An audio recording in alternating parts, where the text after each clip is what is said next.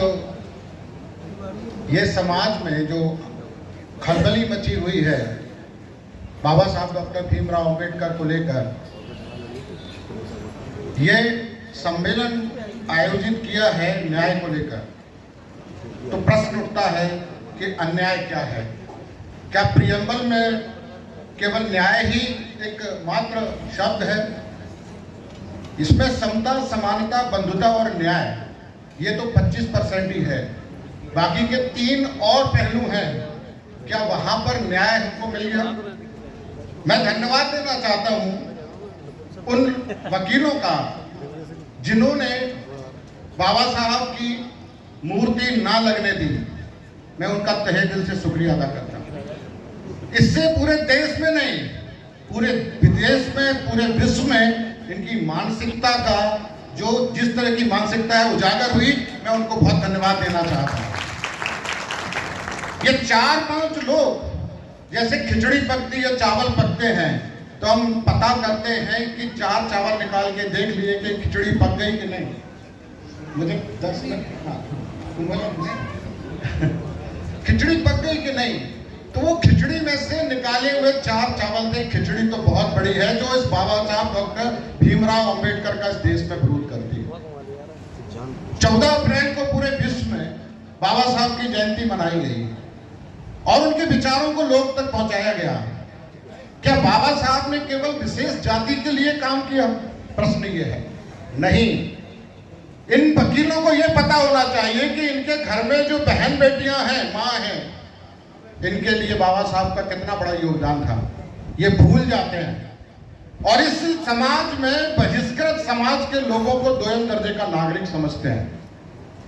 इनको थोड़ा बहुत भी अगर सेल्फ ज्ञान है तो देश केवल इनसे नहीं चलेगा।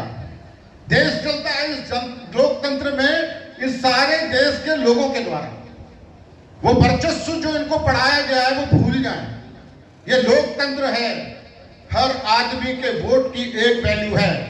वो चुनेगा अपनी सरकार और सरकार चुनने के बाद में वो अपने लोगों के लिए नीतियां बनाएगा।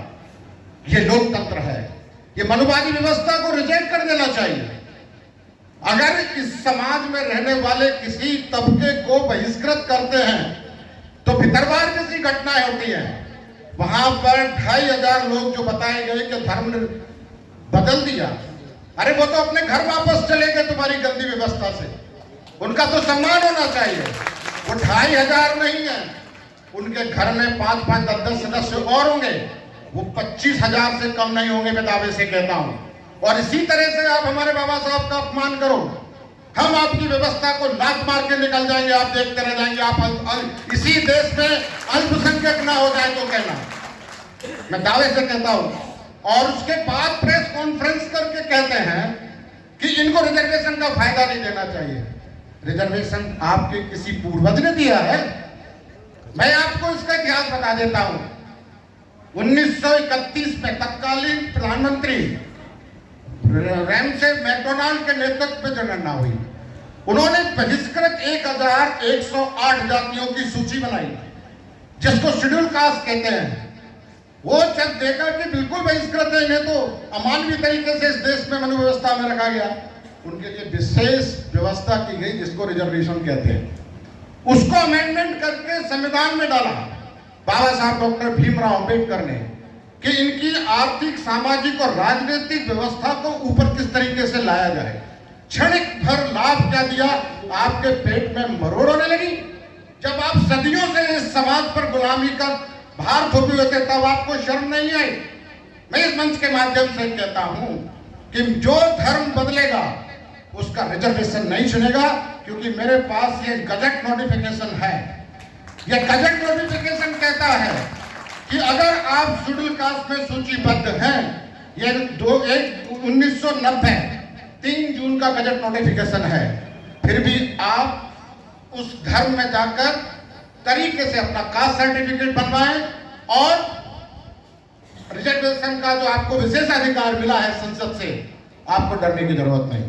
ये लेटर है 20 नवंबर 1990 का, जो डायरेक्टर समाज कल्याण विभाग के ने सारे स्टेट के सेक्रेटरी को लिखा है। तो आपको डरने की जरूरत नहीं है। ये भ्रम फैलाते हैं कि कि आपने अगर धर्म चेंज किया तो आप रिजर्वेशन छीन लेंगे, ये आपकी गलतफहमी है, ये आपकी गलतफहमी है। धर्म हमारा चूज करने का, चुनने का मूलभूत अधिकार है। जब हम कहते हैं हम हिंदू हैं, तब आपको नफरत होती है कि हम मंदिर में नहीं घुसने देते, पुजारी नहीं बनाते। किस तरह का धर्म है ये? बहन बेटियों के साथ रोटी बेटी का रिश्ता नहीं रखते। जब आपके गुलाम छिटक के भागने लगते हैं, तब आपके सिर में, पेट में कहां कहां दर्द होता है, ये तो आप ही को महसूस होता है। ये बात इतनी कड़वी है, लेकिन सच्चाई यही है कि हिंदू के नाम पर बहिष्कृत जाति के लोगों पर जो अत्याचार हो रहा है, उससे लोग छिटक रहे हैं, अमान्य व्यवस्था से बाहर जा रहे हैं, तो आपको तकलीफ हो रही है। एक बार हमारे माननीय राजेंद्र गौतम साहब यहाँ बैठे हैं, इन्होंने 22 प्रतिज्ञाएं क्या कर दी, मंत्रिमंडल से निकलने पे मजबूर कर दिया। जबकि ये तो हमारा मूल अधिकार है कि हमको क्या करना है, क्या नहीं करना है, संविधान में लिखा है और हमें कोई नहीं रोक सकता।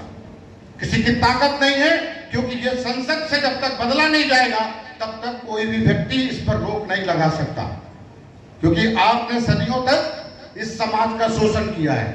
बाबा साहब आपको फूटी आंख नहीं पाते हैं, क्योंकि बाबा साहब उसी बहिष्कृत समाज से हैं।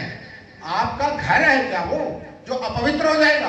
जिस संविधान को लेकर आप बहस करते हैं, जिस संविधान को लेकर न्याय की बात करते हैं, और न्याय के पुरोधा की स्टैचू लगाने में इतनी तकलीफ होती है, तो फिर आपकी मानसिकता हमको समझ में आती है। लेकिन अब यह आंदोलन ग्वालियर तक सीमित नहीं है, ये आंदोलन पूरे देश का आंदोलन है, ये आंदोलन पूरे विश्व का आंदोलन है। आपकी कलई खुल चुकी है और अब आप ज्यादा दिन इस आंदोलन को रोक नहीं पाएंगे। अंत में मैं अपनी बात खत्म करता हूं और मैं सबसे अनुरोध करता हूं कि संवैधानिक दायरे में रहकर आप बाबा साहब की स्टैचू को आत्मसम्मान के लिए उसी जगह पर स्थापित करने का प्रण लेंगे, जिस तरह से हमारे एडवोकेट भाइयों ने मेहनत करके इस आंदोलन को जीवित किया है। मैं उनका बहुत बहुत धन्यवाद करता हूं, और साथ ही साथ यहाँ पर आए हुए मेरे विशिष्ट अतिथियों का, उनका भी मैं तहे दिल से शुक्रिया अदा करता हूं। आप लोगों ने समय दिया, आपका बहुत बहुत धन्यवाद। सुजो एक बार मेरे साथ जोर से बोले, जय